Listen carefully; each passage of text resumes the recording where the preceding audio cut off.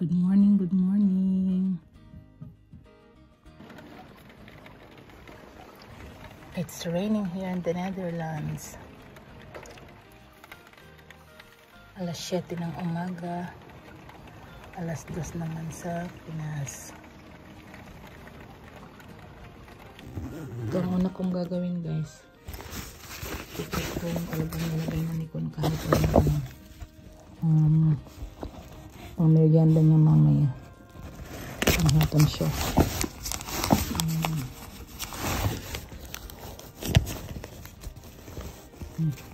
Okay. Dito yung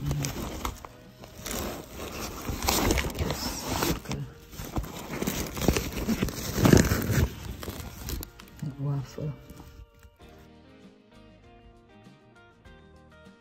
Magandang umaga po. Mwah! Ayun yung basura namin, guys.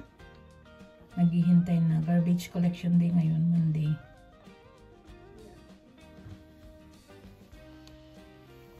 Yung kapitbahay namin.